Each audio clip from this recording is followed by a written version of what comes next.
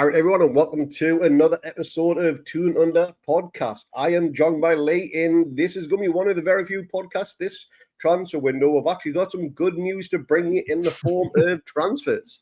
How are you doing, Lee? I'm all right. How you doing, man? How's your heat at your stuff you didn't doing? Got a bit It's of a all right. canny There's a scar. little bit of a scar. Don't know if you can see where it is. The Did it camera hit your angle, right? brains? Did it hit your brains? It did. I knocked it back into place.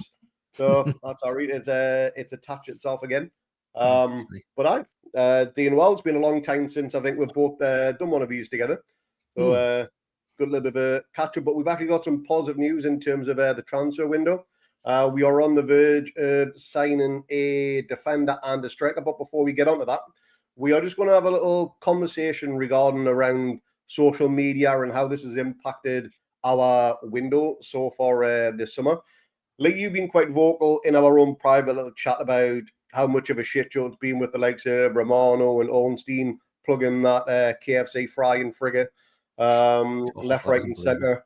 So I'll let you just start with your opinion on how social media is impacting the transfer window in general for everyone. Well, it's been a bit different this year. Well, I don't know if it's different this year or if it's just a natural progression from one year to the next, to be quite honest. But this year in particular, maybe because of the Isaac saga, it's felt very much like certain mouthpieces in the social media world have been weaponized against clubs who have players that other teams want. Obviously, I'm talking about Isaac here because that's been the big story of the summer. And I'm sure we're all sick to the back bloody teeth about talking or reading about Liverpool wanting to sign them and they're super respectful, but hey, he is like a piss take bid. And then you get Baldy Whopper coming out saying, we don't like to talk about players of other teams. And it's like, but you're happy enough to let all these agents do the talking for you. And look, you've got to, and you can look at it and say, well, who's funding these guys? Because they don't do it off their own backs, to do it because they're getting paid to do it. And I'm thinking of Fabio Romero in particular, who even himself admitted that when he first got started and all this, he was just basically spreading rumors to try and get an agent to sign some young kids. And it's always been the case with him anyway, but it seems to have got front and center this year more because of the fact that it's Isaac, and because Isaac's like one of the best in the world, and it's this huge story. Liverpool want him, so on and so forth, ad nauseum. And he's been particularly enthusiastic with his attempts to get the narrative out there. And I mean, it's fairly obvious that there can only be really 2 or 3 places where these stories are originating from, and it's either Isaac's agent, which I strongly believe has been behind all of this stuff, or it's Liverpool, the buying club. It's either the buying club or the selling agent who are doing it. Possibly his agent might be doing this at the behest of Isaac, but I suspect strongly that it's the agent that's driven all this. And I covered it in the last time I spoke about this on the podcast, but his agent had his nose put out when the new deal didn't come through from Newcastle. He was under the illusion or impression that Isaac would get a new contract. Paul Mitchell comes in and sets the place on fire, takes a shit in the corner and leaves. And his agent didn't get his big payday. And I this is just my opinion, but I strongly suspect that is where all of this has come from. Not Isaac wanting to leave and this, that, and the other. I think it strongly came from his agent. And then from that point, he's been trying to control the narrative internally about, well, this is our last season. Isaac's going to leave. He's like, like as if that's at all how it works. That's not how football contracts work, man. Mm-hmm. And then, of course, it gets to the summer, in summer in UK, the summer window, and he starts pushing this narrative that he's going to leave. Liverpool sniffing around, spending money like it's going out of fashion. They're very keen to get the deal done, as you would expect. Don't want to pay the money by the looks of things. Want to get him on the cheap. And you get this merry-go-round of Romano releasing all these stories. He's like only wants Liverpool. You know, I'm so sick of hearing that in the tweets.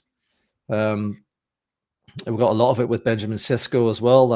That circus around him when it was clear from the very first moment that was announced that he was always going to be going for Man United. Man United just had a little quiet word in the shell like of Leipzig and said, "Look, you know, we are interested. Just gives a bit of time to figure something out. We've got to look down the couch for a few buttons." But the narrative with that one as well was Sesko just wants Man United. Sesko wants Man United. Newcastle are here. Newcastle are getting encouragement to stay at the table. Aye, wonder why that is? Because they want to push up the value, don't they?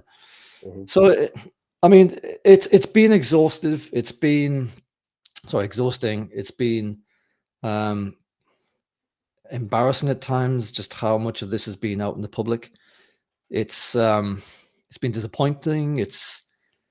And I suspect it's probably going to be this way going forward next time as well, because, you know, if it works, there's no reason for them not to keep doing this. And Absolutely. Romano is making, I imagine, very nice money out the back of this. Otherwise, he wouldn't do it. You know, then you get the like of Ornstein quoting Indy Cali, like as if that whopper of a nonsense account is any kind of person to be putting any kind of respect on his name. I mean, that guy's been around on Twitter for absolutely donkeys, and everyone by now should know exactly that he's just a wind-up merchant bullshitter. And then you get Ornstein referencing him, and it's just like, well, Jesus Christ, can we not even trust Ornstein now? Ornstein was the gold standard. He was the one who he always double-checked and triple-checked, and then when he was absolutely certain of something, he would then make an announcement on Twitter. He said it himself in a few interviews. And then he's coming out saying nonsense like this. And you just think, are all this lot just in on the game here? Like, is this just one massive game? They're all just laughing behind our backs, everyone's backs, making up bloody nonsense rumors just to get a few quid in, you know? But anyway, I look forward to when this window shuts. And we can forget about these knobheads for like until January when it'll all start spinning up again. But this probably is how it's going to be now going forward, particularly if you have a player of Isak's quality who is being unsettled by his agent, being unsettled by a club that wants to buy him. And you've got mouthpieces like Fab who are just basically fueling the fire for weeks on end. Like if you look at his history, it's the amount of times he mentions Isak, it's just this massive long list of tweet after tweet after tweet after tweet. And he seems to enjoy it as well. He seems to love it the way he comes across. And then when there's something to do with us, it's like this anodyne, boring, bloody statement that Newcastle are going to sign this player. Player just wants Newcastle more soon. It's like, well, obviously you didn't get paid for that, did you? Because there's no spark on that one. It is literally on those ones are just like template, insert player name and fee here. That's pretty much what it is. But the social media side of things has been now but a shit show. And I think nobody would disagree with that. Hopefully things change moving forward, but I think you're right. This is going to be the standard and how things work and operate, because it clearly does work, unfortunately. But we're going to move on to positive things, get the negative stuff out the way all the way. And late last night, just as I was ready to curl up in the bed to go to bye-bye land, I was scrolling through social media, as we do, as it's about ready to drift off. And there was pretty much loads of instant reports that we had struck a deal with AC Milan for Malick Thiaw.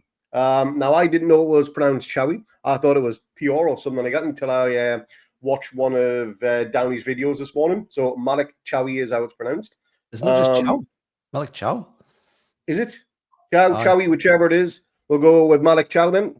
That's probably what it is on that one. But yeah, the rumored fee is 35 million euros plus 5 million in bonuses, but that's been a little bit skewed depending on which source you want to try and believe in.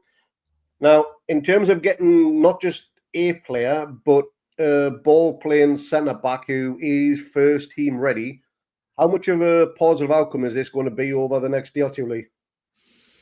Well, that's not counting with chickens. Chelsea could come steaming in at any second here and absolutely shit now with chips.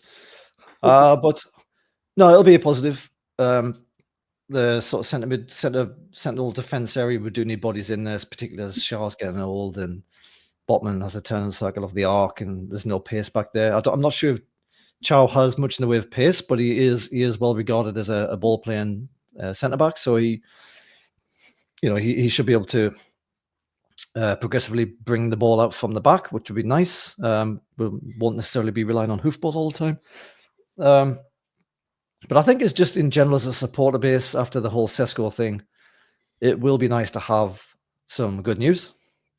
Yeah. It'll be nice to see someone who actually does want to join the Toon.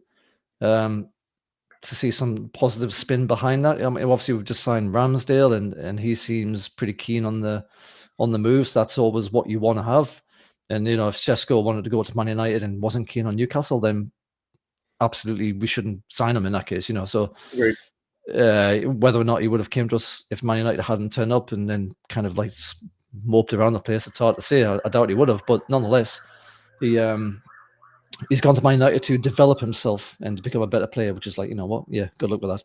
So we're getting Chiao. It'll be another body in. It'll be a bit of positivity. It will have a bit of a ball player from the back. We should be able to spread out wide and make runs down the wings that we tend to do on the counter. And just in general, as a fan base, as a whole, it'll be nice to have that little bit of positivity coming in. And I'm glad someone told us how to pronounce his name, because I would have definitely got that wrong. Like Chiao. Chiao. Well, he's only just turned 24 years old. Literally, I think it was on the 8th. So he's technically a spring chicken, but he falls in that perfect age for us in terms of career development, potential sell-on value, that sort of thing. But he is seen as Shaw's long-term successor. Shaw, I rate Shaw very, very highly, and for how long he's been at the club and for how little we've paid for him. To me, he's up there with Rob Lee for bargain of the century in terms of value versus player ability. Absolutely amazing. Do you see Shaw starting the season because we're getting Chiao in so late in? Or would you, if we had got maybe Chiao in 6-7 weeks ago, he may be number one centre-back alongside Botman again if he's fit for the Villa game? No, I think you'll see Shaw. I mean, I don't think Eddie Howe's going to be bringing a new face in and then immediately coming into the first game of the season without any kind of training or anything like that. He won't understand how the system works or anything in that case anyway. So I know he knows Tonali, but he probably doesn't know anybody else in the team. And he's going to have to sort of settle in, bed himself in, find a place to live, all the kind of bullshit behind the scenes. I assume his fitness levels are fine, but you don't know for a fact. I think he had 8 minutes in that last game in Dublin against Leeds, was it? I don't know if that's just a precaution in case he got injured, or if that was because his fitness isn't where it should be, or maybe it's just to get him a little run around. So it'll be Shaw. It will probably be Botman if he's fit. I didn't see the game last night, but did he actually make it all the way through? Because if he didn't, you went off at half time, I believe. It was planned, the stream was a shit show for everybody, I believe, and I think he went off at half time, and we looked quite solid up until that point. So, I'd probably say with Shaw and Botman to be the two centre backs come the Villa game. But one thing this does actually give us, if we do get this signing over the line, and I hate to use that phrase, is good solid defensive cover, because we're effectively got 5 centre backs there. If you look at Byrne, Botman, Shaw, Lascelles, and possibly Chiao, if we get that one done very shortly. And right back and left back, we're pretty much solid there, and we've got more goalkeepers than anybody else would care to need. So that back line, that back 5, we are well covered in that one. And we all know the forward situations are the weak, and the midfield is a little bit weak, especially with Longstaff going and Willock injured for a little while. But we're now going to move on to that forward position, and another name that could potentially progress very quickly this weekend as his agents have flown into the UK, and that is Yoane Wissa of Brentford. You rate him very highly, don't you, Lee? Yeah, I'm very excited by this one. He's got that Cisse-ness, Pape Cisse kind of edge to him in my mind. He's one of those kind of players who can pop up anywhere and score some kind of ridiculous goal from dodgy angles. He's not going to be a replacement for Isak, of course, and I'm not even sure how you would go about replacing someone like Isak. But he's going to bring goals, Wissa. He's got a very... to me, when I've watched him play against Brentford, he's got that kind of finisher's instinct in him. He knows where to run. He knows where to be. He's probably a lot better with his head than Isak, who I think Isak's one of his weaknesses is his aerial ability. Wissa will be better than him on that, probably. Yeah. But just that fox in the box, just that kind of scores from funny angles kind of player, they're really valuable. And I think, Brentford are probably going to struggle to replace him. But for us, I think having a natural striker's eye in the area, looking for space and looking for little tap-ins or looking for kind of clever shots from the edge of the box or wherever it might be, or headers, I think Wissa is going to be absolutely fantastic. As soon as Mbeumo went to Man United, I was hoping that we would go in for Wissa. So this one looks like, it's taken a while. We've had to be patient. Fortunately, nobody else has came in, and not yet anyway, and done us over. And if by all accounts, it sounds like Wissa wants to come to us as well. I'm not too keen on the way he's went about his. I was about to ask you that. Mini strike. We can't be hypocritical here and complain about Isak's behavior when Wissa has actually went and done more or less the same thing, perhaps even worse, since it's very publicly obvious what he's doing, and he's announced he's never going to play for Brentford again. If you believe the rumors. So not too sure about that. But as far as a football is concerned, I'm very excited to see him in this team. I think he'll fit into this squad really well. Yeah, it certainly looks. He hasn't been prolific in his Brentford career. Just having a look there, 45 goals in 137 appearances, but 19 of those goals came last season alone. And I don't think he was their penalty take. I think that was Mbeumo. So 19 goals in a team that finished, I think it was mid-table there or thereabouts. That's not to be sniffed at, especially for somebody who, yes, he was their main man after what his face went to Saudi Arabia. That is a cracking return for a non-penalty taker, regardless of who you are. Isak, I think he scored the same amount of goals as Isak if you take away Isak's penalties. So that is a very, very good return. And he only started 35 games, was in sub one, so he did miss 2 of those. Not sure as to why. But he could definitely lead the line, because as we've seen over the last few days with the Salah Cup and some of the games over in the Far East, looks like Willa just isn't going to cut the mustard come the start of the season, is it? No, I think I said the last pod, he's like a third striker, maybe even fourth. He's not ready to be a second striker, let alone a first. And I'd really love to see Wissa alongside Isak. Isak can do the clever work, and Wissa can feed off the scraps, the rebounds, or he can just pop up here and there and just blam them in. Like if we get 19 goals out of Wissa, and you think about it, you probably should as well, given how much better this team is than Brentford. If you've got Barnes and Gordon down the wings, or you've got Elanga down the other side with Murphy, balls are going to be banging into the box. And we can also cut through the middle, obviously, with Tonali and Bruno.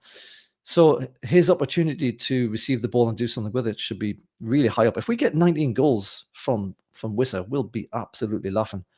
But it'll be a lot better if it is alongside Isak. But for Willa, too raw, man. He's like a headless chicken sometimes. He's like a little puppy you've just bought, just a bundle of energy that doesn't really know what the hell it's doing, just falls over a lot, or just runs into cul-de-sacs and kind of wonders what the hell it's doing there. As much as I want to see him do well, I just don't see it at this point in time. If we do get Wissa again across the line, would you be open to let Asula going out on loan? Well, it largely depends on if we bring any other strikers in, doesn't it? Because if you let Asula go out and you've got Wissa, then you've still got one striker. That providing, let's say Isak stays and he gets his head clear, which is obviously best case scenario for the club. We've got the 2 strikers, and providing we don't switch to a 4-4-2, which has been rumoured a little bit, because that's the reason why apparently you wanted Ekiteke originally. And we stick with the 4-3-3 and have effectively the lone striker, let's say. And we've got Wissa to come in off the bench. Would you be okay with Asula going on loan? Well, you get one injury to those. Like, let's say Isak gets injured, because that's one of his problems as well. Yeah, it is actually. You're right. Recover from Gordon, and Gordon, as much as he tries and everything, he's not a striker. So you're kind of already down one. And also the other point of this is the Africa Cup of Nations. When that comes around, Wissa's going to be buggering off. So you need someone to fill his space. If Isaac's gone and we're pulling some other guy who also goes off on Africa duty, then you've got Gordon and Asula again. But if you let Asula go, you've only got Gordon, and then maybe he's one of the young kids, and you kind of go through possibly 5 weeks over Christmas or whatever with a backup couple of strikers up front and expect to get anywhere. That's just not going to be any good to us. Yeah, in and around that Christmas, New Year time, you need as much rotation as you can. There's games come thick and fast that part of the year. That's it. There's so many games that these guys are going to get rotated. They're going to get minutes, not to mention the cups and everything else, Europe and the league. There's going to be loads of opportunities for these guys to have a run out. And I think even if we get Wissa, we're being linked with that Samu guy from is it Deportivo? Where is he? Deportivo? Porto, I think. He's somewhere in Portugal. Porto, that's what it was, yeah. And he looks a bit of a beast, but he also looks like he could be a bit on the raw side as well. And the problem is we're doing this at the end of the window. There's been no chance to get them in, give them a little bit of system training or anything like that. Yeah. So when they do come in, if they do come in, we almost want them to be hitting the ground running. Now, Wissa probably can do that because he's got experience in the league, but these other guys probably can't. So it's going to be a delicate situation. We've got to make sure that we've got cover. I don't think we can let Asula go until we've got 3 strikers, 3 proper strikers. I'm not including Gordon in that. So let's say you had Wissa and Isaac, and then let's say you got Samu. Then maybe you could say, okay, let Will go out, but with a recall option, so that if we do get into the shit, we can still bring him back. Because I guess even Asula is a better choice than maybe he's one of the academy kids, or Joe Linton, who defends with his face from his own shots. So you don't want him up front either. And he's better as a midfield destroyer anyway. He is. Aye. So it's one of those. It's possibly a maybe. Like maybe if we get those other 3 strikers in, but as it stands right now, with the way we are, can't see it happening. Yeah, I'm kind of a mixed one on that one because as people complain about Lewis Hall not getting enough game time, obviously his progression was behind the scenes, as we've seen last season. Will Asula was in a similar situation last year as well, very little game time. But there doesn't seem to have been much progression behind the scenes from what we've seen this pre-season. Do you think he's obviously too young to reach his talent limit right now? He's peak or anything yet. Do you think it is game time he actually needs rather than just running around the training pitch? Well, I know Eddie trains them like they are playing on a match or close to it as best they can, but I just do think it's game time that he needs for fulfillment of his career and his progression. Maybe. Look, I'm not saying it wouldn't be good for him. I'm just saying it wouldn't be best for us to leave us that short. But yeah, he's young. Stick him at the championship where maybe that kind of style of young, eager, kind of run around a lot player might suit better to that league than to the Premier League. But maybe that's what he needs. Maybe he just needs that. He needs that kind of regular team football to really develop his skill, to develop his craft. Because right now it looks just like he's running around like a lunatic. Yeah, I totally agree with that one. We'll move on from Wissa now and Asula and want to what next? So let's just say, argument's sake, we get Chiao and Wissa over the line. What would be your next transfer strategy and what position would you like to fill? It's got to be midfield, hasn't it? Like our midfield is useless at the minute. Not useless. Sorry, it's very thin on the ground though. It is. You've got. I mean, particularly since we've lost Longy, and then Willock goes down and with his annual failure of his body, which has absolutely fucked us in the butt, basically. So we've got Bruno, Tonali, Joe Linton, and Lewis Miley. Those are the only real players that we've gotten in the middle with any kind of first team experience. Maybe some of the wingers you could stick in the middle. I don't know, but I think we've tried before with Gordon in sort of a midfield position. Maybe, if I'm not mistaken.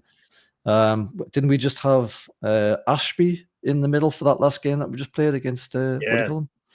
I don't even one game as a trial. I think they even put Fabian Schär in midfield because, to be honest, he's probably the most progressive of all the defenders out there.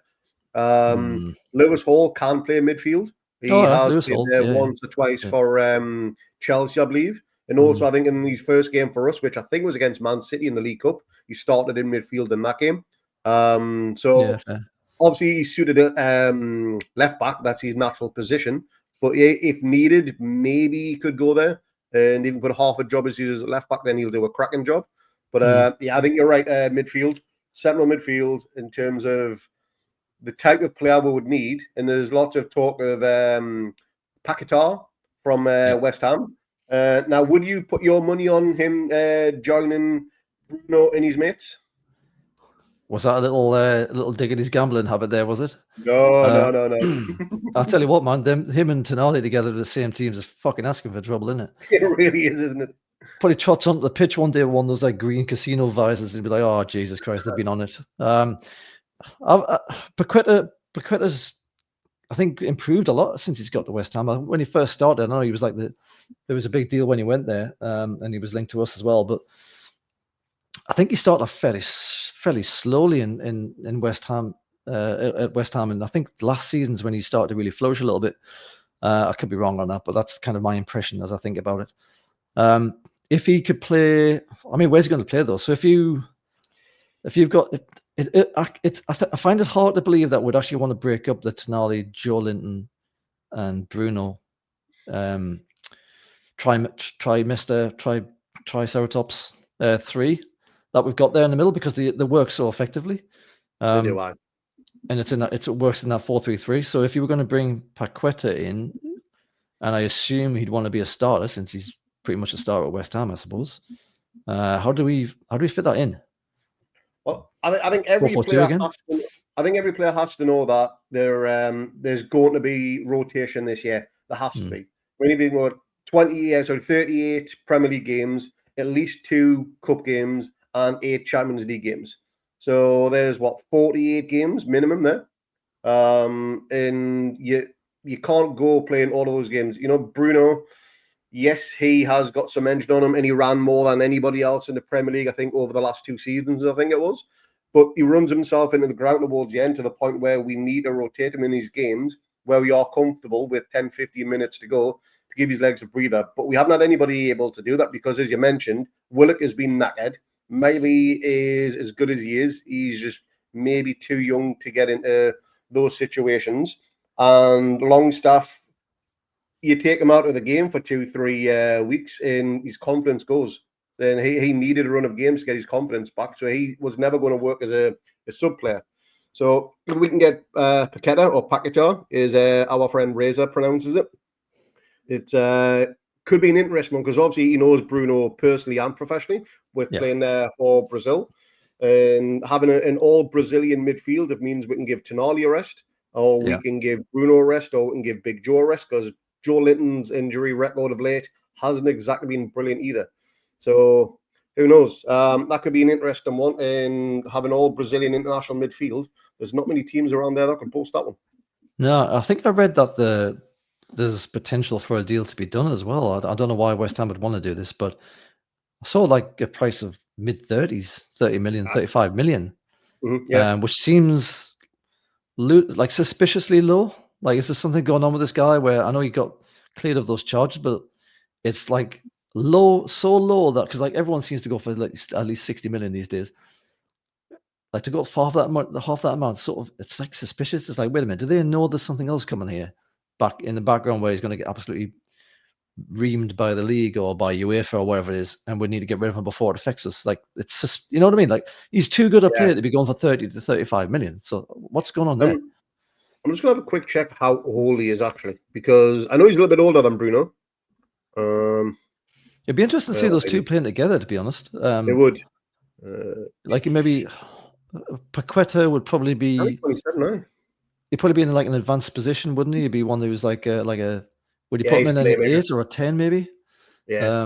Well, the apparent story was, before we signed Bruno, Paqueta was the player that we checked in on, but they said he wasn't for sale. But we know Bruno. We might be able to do a deal with him. So, and just like with Chiao, he's a long-term target. Paqueta, he's a long-term target if the stories are true. And Wissa, he obviously is going to be Callum Wilson's replacement if and when we get him. So there's definitely a pattern emerging there with us going for long-term targets. So who knows? That one could be a one that pans out, and it's one that I can actually see happening. To be honest, I don't think Paqueta would need any encouragement to come to us. Champions League football, gets to play with his best mate on a weekly basis, and he can go fishing on the Tyne as much as you like to catch his son and do what he wants to do. As long as he stays away from the bookies and never, you'll be all right. Stay away from the gate, aye. If we sign Chiao, let's say that gets across the line, and we sign Wissa, we've already got Alanga, we've brought in Ramsdale, and then let's say we bring in Paqueta or Conor Gallagher, like someone like that in the midfield. That's 5 new players in 5 important positions. Would you class that as a successful season? Successful window, despite all the noise around Isak, even if Isak was sold? If Isak gets sold, I'll be disappointed because we do hold on the cards in that one, and the window won't be quite as good as what it could have been. But keep a hold of Isak and sign those players, then that's a fantastic window. When you consider we've only really lost Longstaff, who couldn't get a sniff last season, and an injury-prone Callum Wilson. That's pretty much it. No big player is gone if Isak stays. We have then built around that team. The only other player that you consider that may be important to him was Dubravka, because he had a good run when Pope got injured last season. That's about it. But Ramsdale looks already be a very good number 2 and could even be pushing for that number 1 spot. Oh, absolutely. I mean, you've traded a 35-year-old snake in Dubravka. I'm not letting him get away with it. I won't ever let him get away with it. And you've replaced him with a 28-year-old England international, Ramsdale, who's got lots of experience in the league. So just on the basis of that, it's a cracking swap of keepers. Ramsdale's a little bit dodgy, I think, in front of the sticks. I'm willing to give him the chance to see how he goes, because I know his distribution with his foot especially is going to be freaking miles better than Pope's hopeless kicking. So I'm looking forward to seeing that, actually. And I could actually, like you, I could see him becoming the number 1. But if we get those 5, and maybe even add Samu at the end of it, 6. So 2 new strikers to go alongside Isak with any luck. A new winger on the right-hand side in Alanga. So you've got Alanga and Murphy down that side. You've got Barnes and Gordon down the other side. Let's say you bring in Paqueta. You've got Paqueta, Bruno, Joe, Tonali, and Miley in the middle. Then you've got Ramsdale covering the goal, and you've got Chiao at the back. I mean, that to me would be, despite all the noise and all the absolute non-stop negativity from the likes of Romano about this Isak deal, to me, that would be a fucking cracking window, honestly. The only shame would be that it didn't happen earlier in the window so that we could get these guys trained up with the system and what have you. But either way, I think that would be an absolutely fantastic window if we can get it done, which probably means we won't. And it also might mean the end of having 3 keepers in a matchday squad. There's been 2 on the bench for every bloody friendly game I think we've played. It's like, come on, man. Can we not practice not doing that? It's just something I think Eddie just randomly does now. You think, you know what, we've got them, might as well use them. But I wouldn't mind seeing Ramsdale push Pope, because all that will do is make Pope try that a little bit harder. And if Ramsdale does get the number 1 spot, then he's obviously earned it. Eddie's not going to give that position away likely, I would have thought. But I think we'll probably give it a wrap up there. Let us know in the comments down below what positions you think we should go for if and when we do get Chiao and Wissa over the line. It will be interesting to see what your thoughts and comments are on that. But if you don't already, please give us a like, give us a subscribe if you haven't. And we will probably catch everybody on the next one. And hopefully we got some news of somebody standing in front of the stand with a shirt and scarf above their head saying they have signed for the Toon. That'd be a kind of nice way to end the weekend, wouldn't it? It'd be all right, wouldn't it? Steak, bacon one hand, flag in the other. Champion.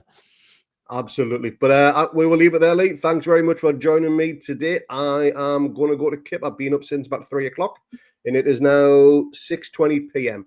So well done, Kip, for me. Cheers, mate. I will catch you on the next one. Cheers, Craigs.